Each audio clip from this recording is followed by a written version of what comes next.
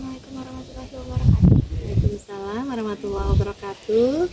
Bunda, kami dari SMP Islam Fatia dan tugas TIK dari kelompok 4 pengen nanya-nanya nih Bun. Kalau boleh tahu ini sama Bunda siapa? Dengan Bunda Ida ya. Nah, namanya Farida. Langsung pertanyaan aja ya, Bun. Boleh, silahkan. Pertanyaan yang pertama, kapan TK Islam Fatia dibangun? TK Islam Fatia waktu itu dibangun tahun 2004 ya.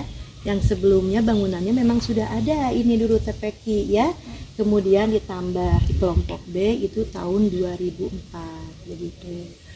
Dan ada izin operasionalnya tahun 2005. Ya, waktu itu masih sedikit ya anaknya ya. Kalau sekarang kira-kira siswanya ada berapa, Bun? Setelah pandemi 2 tahun yang lalu, alhamdulillah kenaikannya emang meningkat ya. Ada sekitar 60% ya. Jadi sekarang siswanya dari 64 waktu tahun lalu, 67 tahun lalu, sekarang sudah 91. Dan mudah-mudahan tahun ini bertambah banyak. Mohon doanya. Gurunya sekarang ada berapa, Bun? Gurunya karena rombelnya ada 6, jadi per rombel itu ada 2 kali 6 berarti 12, ditambah tenaga TU dan kepala sekolah serta outbound, jadi semuanya 15. Oh iya. Terus apa aja prestasi yang udah dicapai sejauh ini Bun, kalau boleh tahu? Alhamdulillah prestasi anak walaupun waktu itu masa pandemi hingga saat ini anak-anak cukup potensial ya. Prestasi itu di dalam bidang lomba-lomba, ada prestasi TAFID kemarin di CBM anak meraih juara ya, juara ketiga, juara harapan juga dari Kokab ya, Kokab. Kemudian juga ada prestasi menari, anak kelompok A itu berhasil kejuaraan menari ya, ada juara pidato ya, ada juara bercerita. Alhamdulillah anak-anak cukup potensial ya.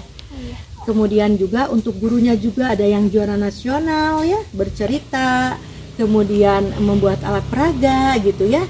Kemudian juga ada juara kemarin tuh bikin APE, juara 1 juga sekokap, yaitu Bunda Uti baru-baru ini. Jadi kita selalu mengikut sertakan guru ataupun anak di dalam lomba. Bukan kita hanya mengejar target juara, tidak, tetapi sejauh mana potensi anak bisa berkembang dan melihat dari situ anak pasti ada pengalaman belajarnya, begitu. Berarti prestasi terakhir yang dicapai itu apa ya? Untuk guru kemarin yang terakhir APE dan lomba bercerita itu juara 1 dua-duanya ya. Bunda Uti dan Bunda Neni yang bercerita juara 1. Yang terakhir kemarin bulan Maret ini ya, bulan Maret.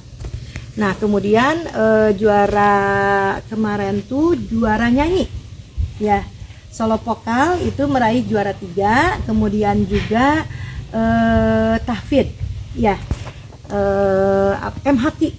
MHQ itu ada 2 ya, kelompok A itu ya, kelompok A sama kelompok B. Alhamdulillah meraih juara 3 dan harapan 1. Banyak yang Martin baru-baru ini. Alhamdulillah. Dan lain-lainnya banyak, mewarnai, menggambar ya.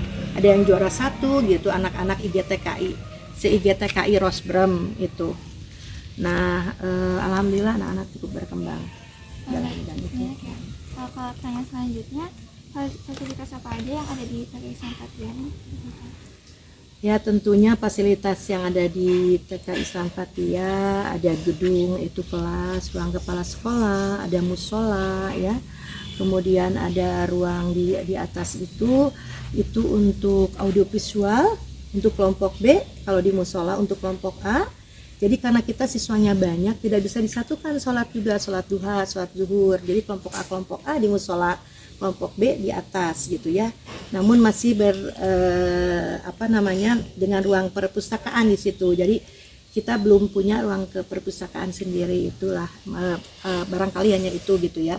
Cuma anak-anak di atas sih alhamdulillah bisa belajar silat, nari gitu. Kalau ekskul kita di atas itu. Terus apa aja mata pelajaran yang ada di TK Islam Fatia, Bun?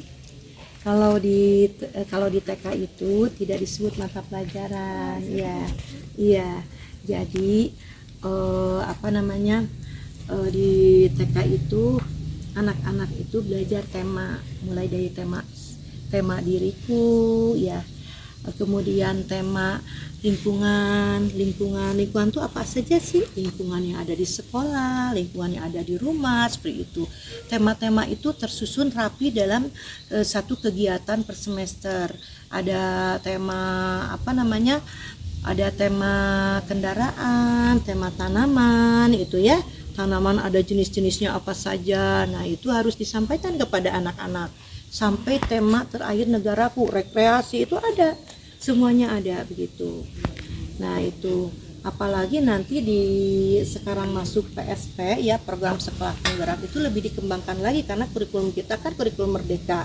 Namun demikian di TK itu sudah melaksanakan kurikulum merdeka sebetulnya begitu. Kalau pelaksanaannya sudah, cuma secara administratif yang memang harus disesuaikan dengan kurikulum merdeka. Kemarin kan kurikulum 13 plus kurikulum alam, ya gitu.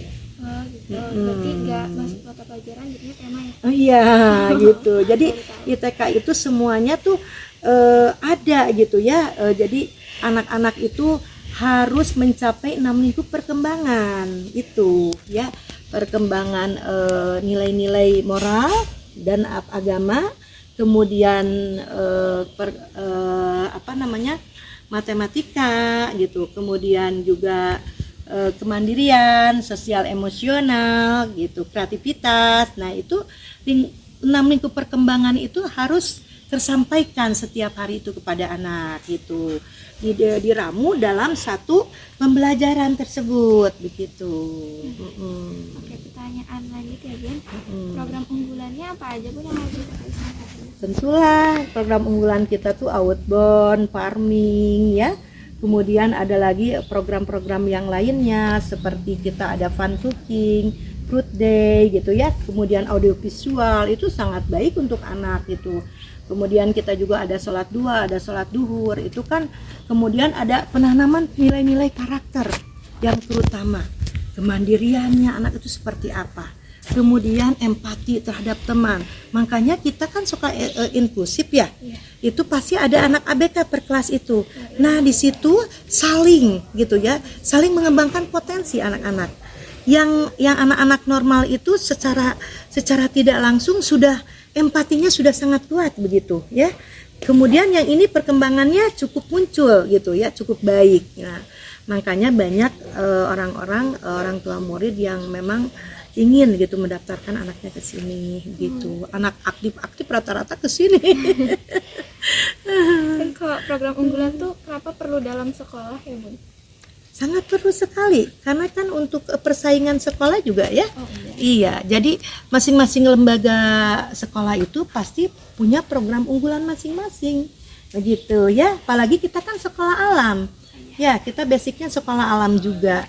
Tentunya memang anak-anak itu belajarnya di alam, kayak sumber alam kan, sebagai medianya di alam seperti itu. Jadi kita tidak melakukan pembelajaran hanya di kelas begitu ya, boring kan anak-anak. Jadi banyak melakukan kegiatan di luar. Walaupun kita lagi belajar apapun, kita bisa belajar di gazebo, di mana saja, pakai karpet di depan kan.